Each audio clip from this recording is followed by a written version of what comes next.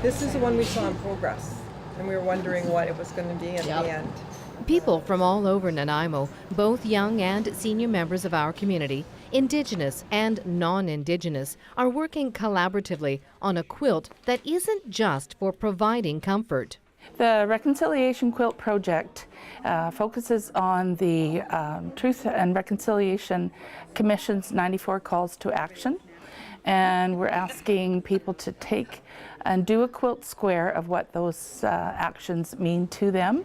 The Vancouver Island exhibition applied for and received a grant to go ahead with the quilt project and partnered with the Nanaimo Aboriginal Centre and the Mid-Island Metis Nation. The reason the VIEX mainly came to be involved in this is that we've been here for 124 years and we want to be part of the reconciliation process.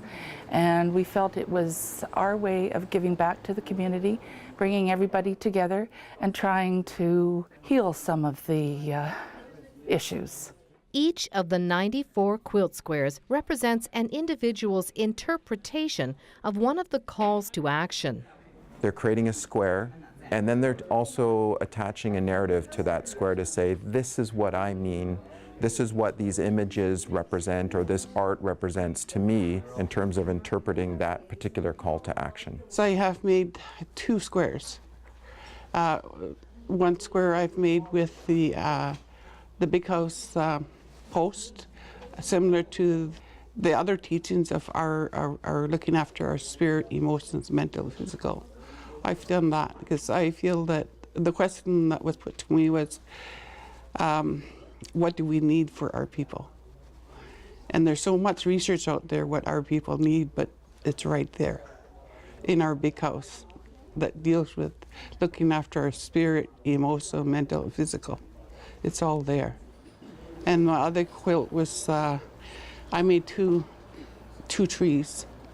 One that was nurtured, uplifted, protected, and guided by our noble ancestors and our elders. And the other tree is all dark. And that one is because of the abuse, the neglect, the abandonment, and that. Students from the Tsawalk Learning Centre were also given an opportunity to participate, with a goal to creating a greater understanding about this part of Canada's history. And hopefully it would be a conversation starter, so they would maybe talk with their peers, talk with other students, talk with their families about what it is that they are learning about specific call to action. And I really felt it was something that they could take charge of and spend that time on, and then figure out what it is, what does that mean to them, and what should that mean in terms of an action they can take, or how can they contribute to this.